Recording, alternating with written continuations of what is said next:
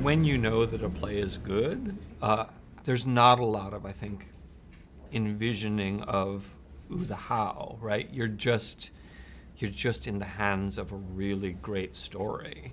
And from the very first moment, the opening image of Rose standing alone in an isolated cottage with a nosebleed, not addressing that at all, and then a voice from off stage that just has something rippling underneath it. So, in the best of all possible ways, it was just a page turner.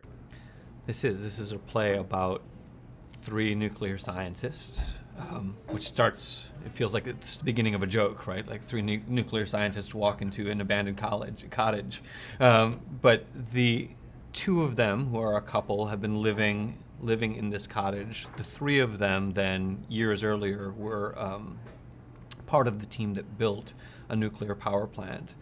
So what we learn sort of over the course of the play is that we are living in East England after a sort of Fukushima-like disaster that has sent the plant into meltdown, and they're sort of living on the outskirts of the evacuation zone. All of the tension, all the focus has to come from the relationship, has to come from the collision between three people. And so Lucy talks about the story in a way that is, for me, really, really helpful. She took this large idea of climate change, but her perspective on it was, listen, I think most of the people that are in my life, in my circle, know that it exists, know that it's a problem, know that we need to be dealing with something.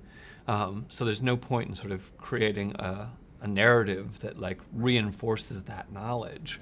And then she talked about sort of like the human in it, and that for me is thrilling. Like that's what we're doing with theater, right? It's figuring out the human impulse.